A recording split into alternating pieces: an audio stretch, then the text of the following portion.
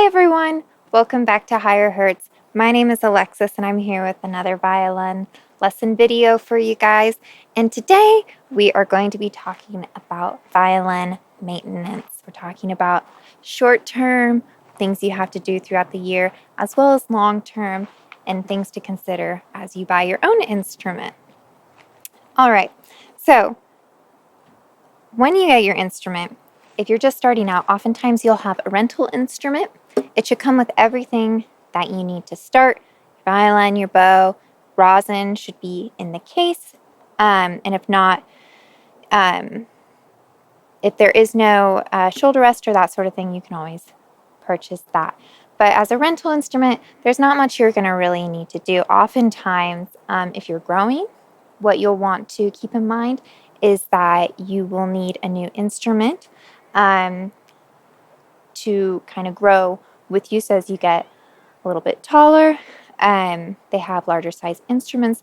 They go really small all the way down to like 16th size violins, all the way up to full size violins. And some professionals even play on 3/4 size instruments, but most likely you will eventually make your way up to a full size violin. So if you have a rental instrument, the shop that you're renting from should take care of any things that happen to the instrument. So always talk with them and make sure that you've checked through your policy before you sign up with any new place. So if you go ahead and buy your own instrument, there are things that you're going to need to do. So every year or thereabout, depending on how much you play, maybe twice a year, you'll want to get your bow rehaired. And so what that means is that they take all of the bow hair off and they're going to put fresh bow hair on. And the reason for that is that there's actually tiny little hairs. You can't even see them if you were right here. But they help grip the strings as you're playing. And over time, they get flattened, they get destroyed, that sort of thing. And so the bow hair just gets more and more smooth over time. So what you'll want to do is get that rehaired. It's going to give you that really awesome sound again. I actually really need a bow rehair right now, so I'm looking forward to that, to getting some fresh bow hair on my bow. Another thing to keep in mind with the bow is that once a year or once every couple years, you're going to want to get a fresh cake of rosin. Now, there are people who will use the same cake of rosin 10, 20 years.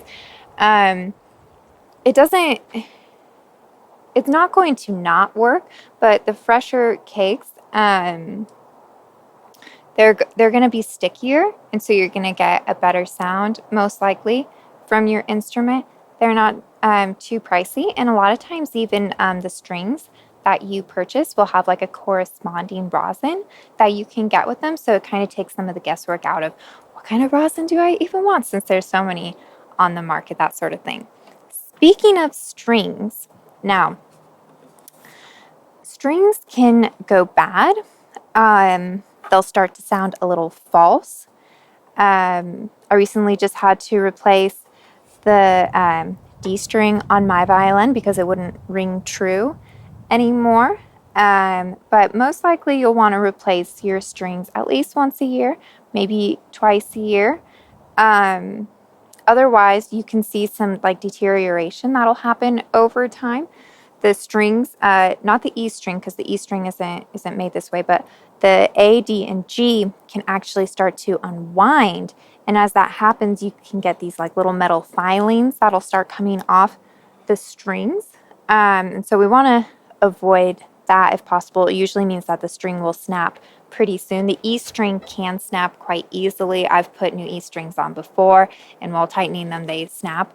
And on that note, also, always when you're putting new strings on, make sure they're not right next to your face because they could snap, and that would hurt a little bit. So don't do anything like that. But yeah, new strings once a year, maybe twice a year, depending on if your violin really needs it. Now, as you bring your violin in every year or twice a year to get it looked at, you also want to go ahead and have your luthier do just a nice cleaning on it. That's going to help them get all the rosin that builds up.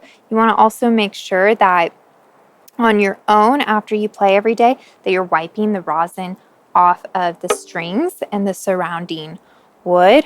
I also always wipe off the stick on the bow, especially since that can get quite a bit of rosin on there. But you'll want your luthier to go ahead and clean your instrument. Now, often what can happen too as we're playing is little nicks and scratches, things like that can happen on your instrument. So you're going to want to have them fill those in as well with a little bit of stain. And then, of course, they'll put a nice kind of clear coat over those spots to protect the wood, protect the varnish. There are some kits online. I've experimented with them for cleaning on your own as well as fixing any of those stains and stuff. And, they work just fine. It really depends what you're comfortable with. But I always also trust my luthier to go ahead and do that work for me because they've been trained in how to do it. And so I always really trust their work. Now, a repair you can for sure do on your own has to do with your bridge. Now, the bridge over time, depending on humidity, temperature, that sort of thing, it can tilt. It can move towards the fingerboard. It can move towards the bridge. And what will happen is if it moves too far one way or the other, it's going to fall over. And when that happens, what's in here, right here, this area, is your sound post, and that can then fall over too. Not to mention your strings will come all loose. Your tailpiece here can become damaged. So the bridge is a really structurally integral part of the instrument. It's not glued down, it's held by the tension from the strings. So if you see that it's moved a little bit, you can really carefully kind of grip like this. Now you don't want to just hold on to the very top part because the bridge is quite thin and the wood can snap. You want to be careful to get a good grip on kind of both sides and move it whichever way you need to. Go ahead and also align it next to a 90-degree angle. If you're struggling to find that, you can always use a piece of paper because the edge of it will be a 90-degree angle. So that's an easy way to kind of measure if your bridge is how it should be. Now, over time too with the bridge, these strings, like I said, the tension of them is what holds the bridge in place. So what happens over time as well is that they will dig into the bridge since it's made out of a bit of a softer wood. And so every couple years, could be 10, could be even more, it really just depends. But you'll want to actually get a new bridge, and this is because the strings will have gone so far into the wood of the bridge that the wood of the bridge is actually higher than the strings. So the strings aren't going to vibrate the way that they need to make that really awesome violin sound that you're looking for. All right, so those are some really general things over a year, over every 2 years, that you'll always want to be keeping good tabs on to make sure that your violin's in really great working condition. Now, there are other things that can happen that you'll want to keep an eye on. All over the instrument, there is the instrument is held together by glue, and it's a hide glue. It's water soluble. And so as humidity changes, temperature, the glue can crack, it can come apart, and then the instrument will open and you'll get your seams will open. Now, that is something you can fix on your own. There are kits. If you've never done it before or you're not sure how to test for it, you can take it into your luthier and they will reapply the glue, and most likely it'll be okay. Sometimes it can really open up an instrument and they'll need to possibly take the top off and just completely redo it. That's quite rare. In the 18 years of playing that I've been playing, I've only had to have that happen once, and it was a very old instrument, so I don't think that's something you will most likely run into, but always keeping an eye on your seams. If something sounds kind of funky, if you're hearing a weird buzzing, you're going to want to get that looked at. Sometimes what can also happen is that cracks can form on the top of the instrument. The actual wood plate here can crack. Often it'll happen around the F holes, which is a very thin area of wood on the violin. And even sometimes I had this happen on another instrument. There was rosin buildup right here on these small edges, and it was actually creating a buzzing because they were attached here, but that sort of thing probably shouldn't happen to you. So keeping an eye on your seams and making sure there aren't any cracks on your instrument so that your instrument's going to sound really awesome. And those should just take a day or two at your local luthier to get fixed up. All right. So going on, pegs. Over time, these, they have a wide variety of pegs that they sell now. Some are made out of plastic.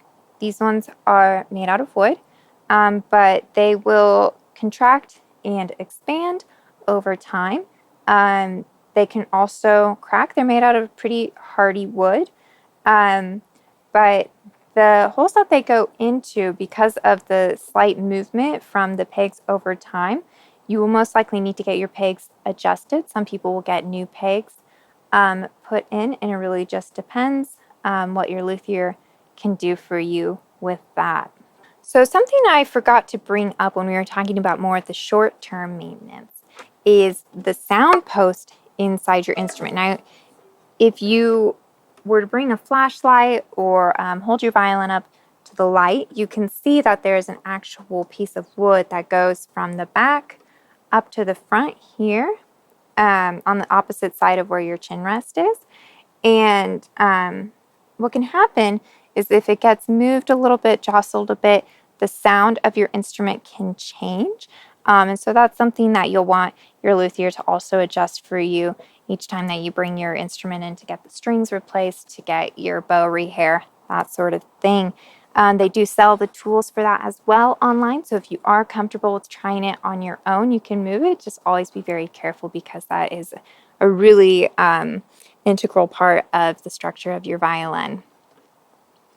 Now, on the other side of your violin here, you'll notice that if you look inside as well, there is what we call a bass bar, and it goes in this area of the violin. As far as I know, I can't adjust that without a luthier's help, and it shouldn't move on its own, but if it were to ever become loose, that sort of thing, you would really notice that something's wrong with your violin. So that's the sort of thing that maybe the top would have to get brought off, or they would have to do some really careful work to get that back in place. Over time as well, you will notice that the fingerboard here, now it almost looks like it could be made out of plastic. There might be some that are, but this is actually made out of ebony wood. It's the hardest wood that is on the instrument, and it's really great for just slamming your fingers down over time. But what can happen is that little grooves and indents will start to form in the fingerboard. So every 10 plus years, really depends on how much you're playing, that sort of thing, you are going to want to get the fingerboard replaned. And if your instrument's very, very old, it's even possible that they would put a new fingerboard on. And this can be a bit tricky because this wood is a bit rare. So it's something that you will hopefully just have to have replaned instead of replaced. Hopping back over to the bow. Now, we talked about getting the bow hair replaced. Something that I have to do because of the way that I play a lot is I'll get the leather grip here replaced often. And that's just from wear and tear of the thumb or the nail kind of digging into it. And the grip is there to protect the wood, because if you're digging into the wood, it can create an imbalance with the wood, and over time it may actually snap the bow. The bow is flexible and it's strong, but it's not invincible. Also, you'll notice at the tip here, Oftentimes the plate or the very tip of the bow can get cracked off, that sort of thing. So if you do ever break off that, or say you break off one of these corners of your violin, see if you can hold on to the piece, because your luthier can glue that back on. Sometimes too, they'll create something new for you, but it always helps if you can come in with the original pieces. All right, guys, and I think that wraps it about up for the kind of maintenance work that you'll need on your instrument over time. We talked about the short-term things that you'll need to get adjusted over every year, every 6 months, maybe every 2 years, depending on how often you play, as well as some of the things that can happen over the long term, some bigger expenses, bigger projects that will need to be taken on as your instrument ages. Thanks so much for watching today, guys. Really appreciate you guys. If you have any questions or comments, go ahead and leave them below. We always appreciate anything you guys have to say. Thanks so much for watching. This is another production with Higher Hertz, and my name is Alexis. See you guys next time.